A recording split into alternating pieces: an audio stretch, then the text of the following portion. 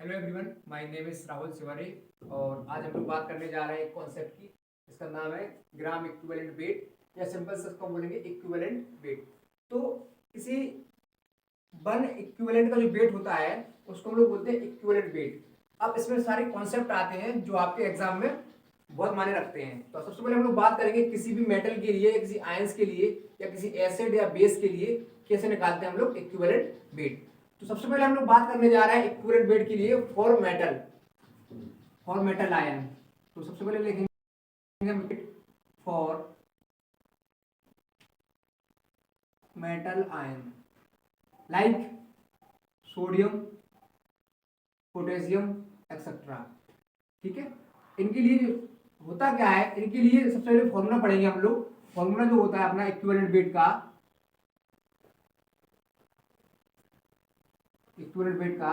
वो होता है आपका मॉलिक्यूलर वेट अपॉन एक्स। तो फैक्टर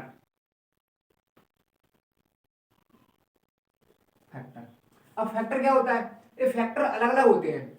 जब हम लोग बात करेंगे मेटल आयन के लिए, तो मेटल आयन के लिए इसका जो फैक्टर होता है वो फैक्टर होता है उसकी बैलेंसी। जैसे सपोज करो हमने लिया फर्स्ट ग्रुप के एलिमेंट सोडियम और पोटेशियम, और तो सोडियम और पोटेशियम जो होते हैं इनकी बैलेंसी होती है 1, तो इनका फैक्टर भी कितना हो जाएगा 1। तो सोडियम और पोटेशियम जो भी होंगे इनके लिए फैक्टर कितना हो जाएगा 1। हम लोग बात करते हैं सपोज करो कैल्शियम, मैग्नीशियम, स्ट्रोंशियम, बेरियम, तो इन सबका फैक्टर कितना होता है 2। तो जो मेटल आयंस होते हैं इनके लिए फैक्टर होता है इनका उनकी बैलेंसी। अब सपोज करो एक एग्जांपल हम सॉल्व करते हैं। हमसे बोला इक्विवेलेंट वेट ऑफ सोडियम, तो इक्विवेलेंट वेट ऑफ सोडियम जब निकालेंगे हम लोग तो हम लोग लिखेंगे equivalent weight of sodium equal to molecular weight upon factor होता है बैलेंसी। इसका वेट होता है मॉलिक्यूलर वेट सोडियम का 23 अपॉन फैक्टर, तो आंसर आ जाएगा 23।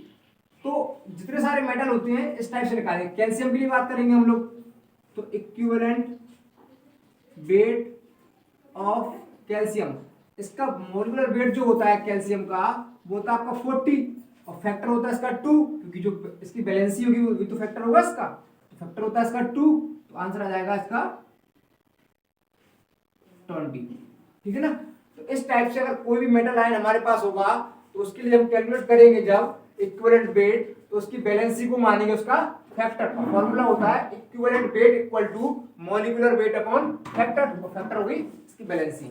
इस टाइप से हमने बात करी फॉर मेटल आयन की। मेटल आयन के बाद हम लोग बात करने जा रहे हैं अगली एग्जांपल को हटा देंगे हम। अब हम लोग बात करने जा रहे हैं फॉर एसिड।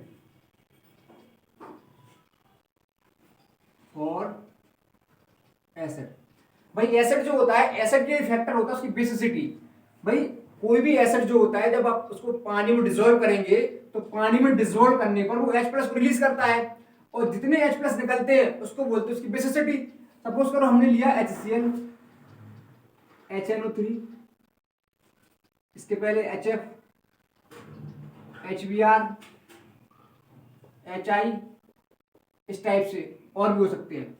तो इन सारे एसिड के पास आप देख रहे हैं कि सबके पास एक एक H है, और जब लोग पानी में डिसॉल्व करोगे तो इनके पास जो H+ निकल के आएंगे उसके पास एक ही आएंगे। तो जितने नंबर ऑफ H+ निकल के आएंगे वही होगा उसका फैक्टर फॉर एसिड। पर लिखेंगे number of replaceable H+ ion, या कह सकते हैं बेसिसिटी।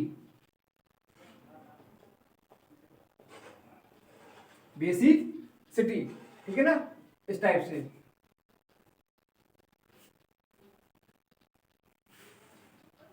स्पेलिंग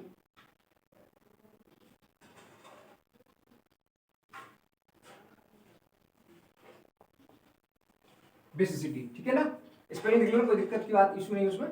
तो इनका जो फैक्टर होता है वो कितना होगा, बेसिसिटी के इक्वल होगा। तो इन सब के लिए हो गया 1।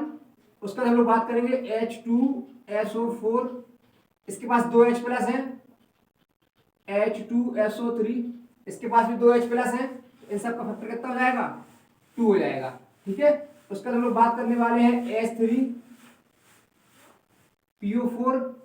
H3PO3, और H3PO2। इन तीनों केस को आप याद रखेंगे अलग से। H3PO4 के पास नंबर ऑफ H प्लस जो रिप्लेसेबल होते हैं वो होते हैं 3, क्योंकि इसकी बेसिसिटी 3 आएगी। इसके होंगे 2 और इसके होंगे 1। इन तीनों को आप अलग से याद रखेंगे। इस चीज को आप जान लें कि सिर्फ वही H प्लस रिमूव होते हैं वाटर में डिजोल्व करने पर जो H प्लस अटैच होते हैं ऑक्सीजन से, और ऑक्सीजन से अगर अटैच होगा तो वही जाएगा पानी में डालने पर बाहर। उसी को हम लोग शो करेंगे in the form of basicity. तो जो H प्लस निकलते हैं उसको बोलते हैं बेसिसिटी। अभी ये सारे के सारे देख रहे हैं आप, HCl, HBr, HIF, इन सबके पास एक H प्लस है, तो इनको बोलते हैं मोनोबेसिक एसिड। इनको बोलते हैं अपन लोग मोनो बेसिक एसिड। और इनके पास दो H प्लस है, तो इनको बोलते हैं हम लोग क्या, डाई बेसिक एसिड।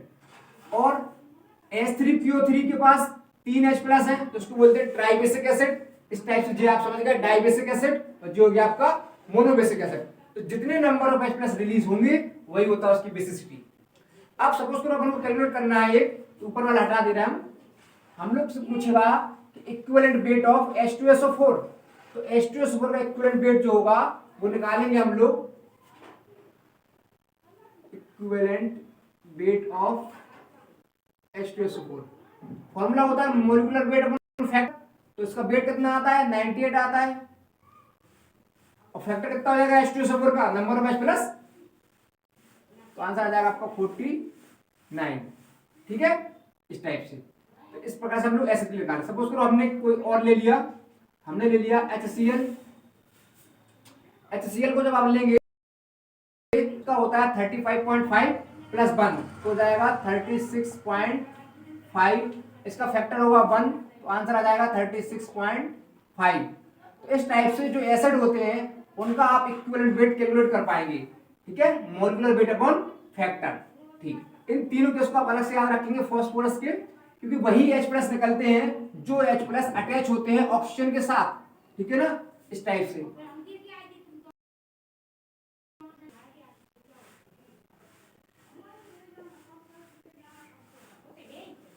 इस टाइप से तो आप देख पा रहे हैं कि H3PO4 के पास 3 H ऐसे होंगे जो अटैच हैं ऑक्सीजन के साथ में, और यही H बाहर निकलते हैं। H3PO2 की बात करेंगे हम लोग,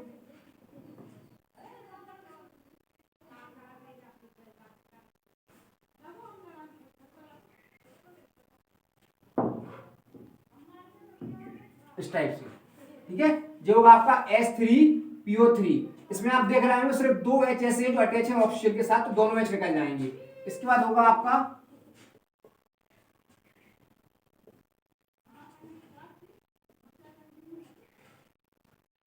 H3PO2। तो आप देख रहे होंगे इसके पास सिर्फ एक कंडीशन है निकलने के लिए, इसके पास 2 और इसके पास तीनों कंडीशन है निकलने के लिए।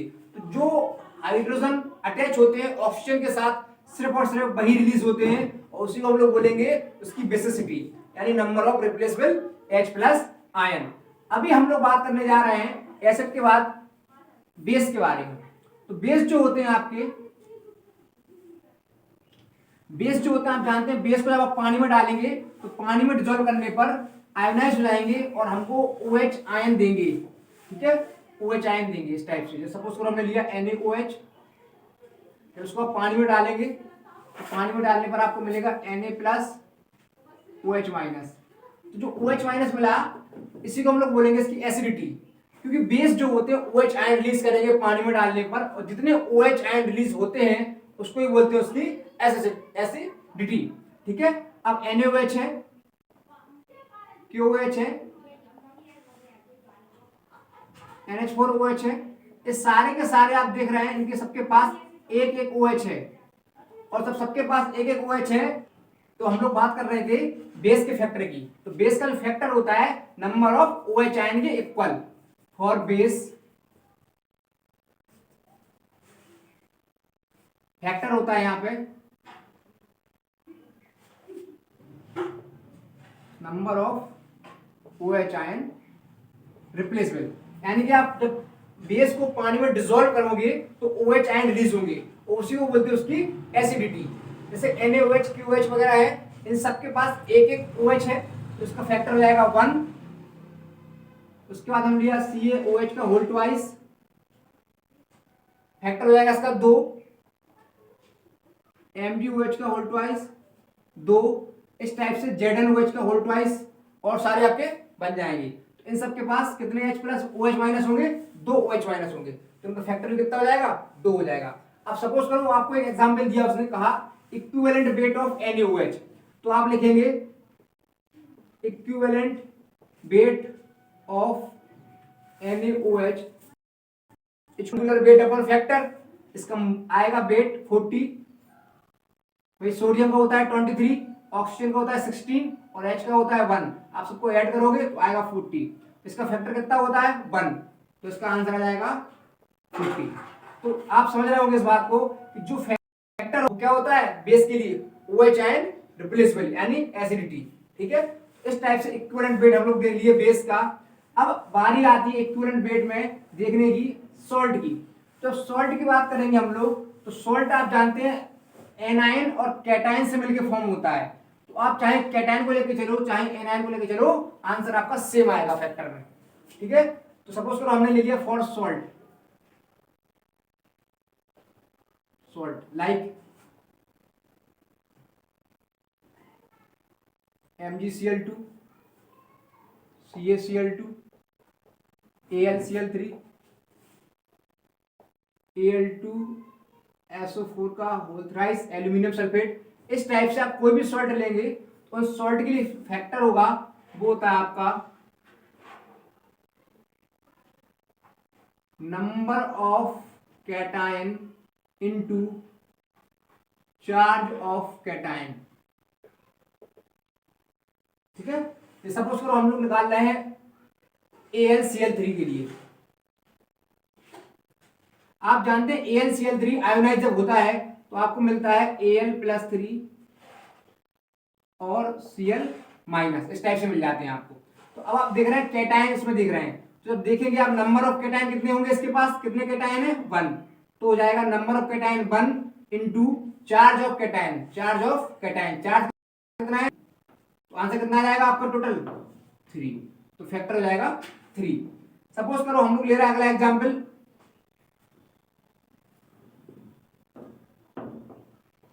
Al2SO4 का होल थ्राइस, एल्यूमिनियम सल्फेट। अभी इसको तोड़ेंगे हम लोग तो देखेंगे कि आपको मिलेंगे एल्यूमिनियम आयन और आपको मिलेगा सल्फेट आयन।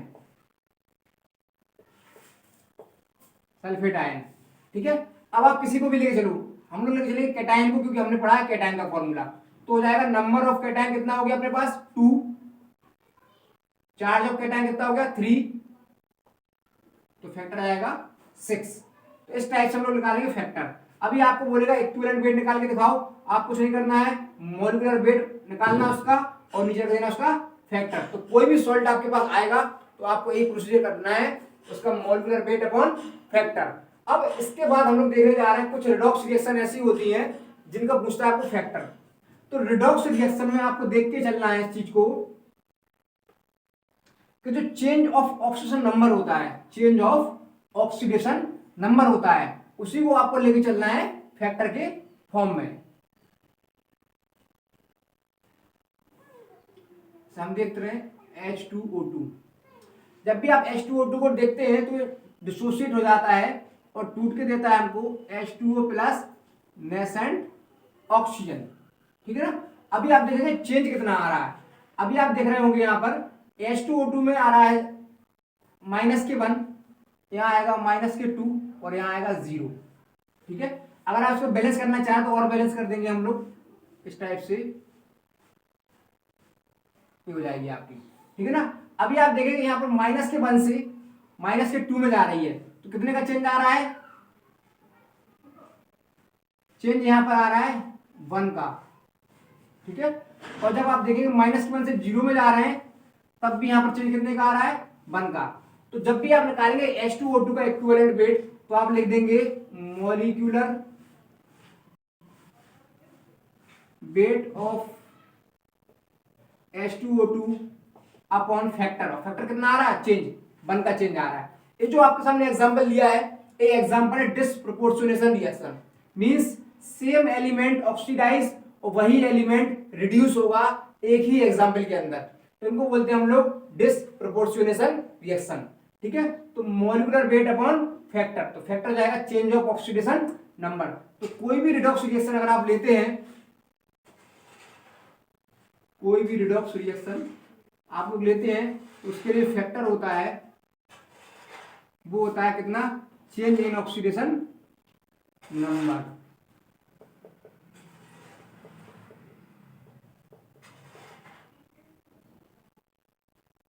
ठीक है, चेंज इन ऑक्सीडेशन नंबर जो होगा वही क्या होगा, फैक्टर, कोई भी रिडॉक्स रिएक्शन के लिए। तो एक एग्जांपल हम लोग देखते हैं, लेके आए हैं। ठीक है, एक एग्जांपल हम लोग देखते हैं। तो एक एग्जांपल हम लोग देखेंगे जहां पर KMnO4 की ऑक्सीडाइजिंग प्रॉपर्टी देखते हैं हम लोग एसिड के साथ में। तो हम लोग देखेंगे KMnO4 जब जाएगा HCl के साथ तो यहाँ बन जाता है KCl plus MgCl2 plus water, और साथ में जो भी लोगे आप ऑक्सीडाइज करने के लिए वो सब्सटेंस भी यहाँ पर होगा। ठीक है, इस टाइप से। तो उस पर अपन लोग ध्यान नहीं देना है, अपन लोग देखना इक्विवेलेंट वेट ऑफ KMnO4। तो सबसे पहले निकालेंगे यहाँ पर इसका ऑक्सीडेशन स्टेट कितना आएगा, तो KMn की यहाँ पर आएगी प्लस का 7। ठीक है, देखते हैं K की होती है 1 इंटू Mn की आपको निकालनी है x, ऑक्सीजन की होती है माइनस के 2 इंटू 4 इक्वल टू 0। आप सॉल्व करेंगे तो आएगा x बराबर equal to 7, x plus equal to 7 जो भी है। ठीक है, और जब इस तरफ जाओगे आप, Mn आपका कहां पे है, Mn आपका कहां पे है, Mn यहाँ पे है, Mn आपका यहाँ पे है, MnCl2। ठीक है, तो यहाँ पर निकालेंगे जब यहाँ पर आप, तो आएगा आपका x माइनस के 1 इंटू 2 इक्वल 0, आएगा x बराबर प्लस के 2।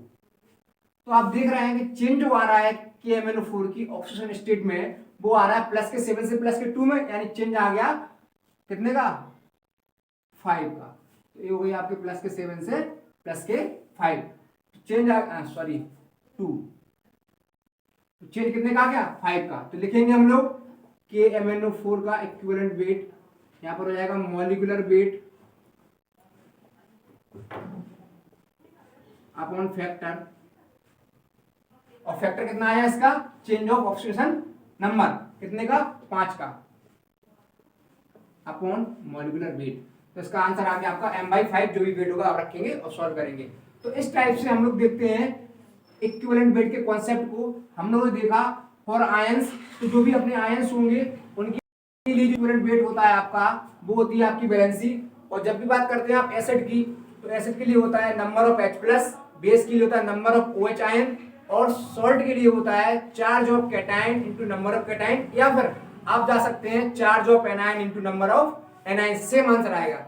और फाइनल देखा हमने change in oxidation number for redox reaction. ठीक है, थैंक यू।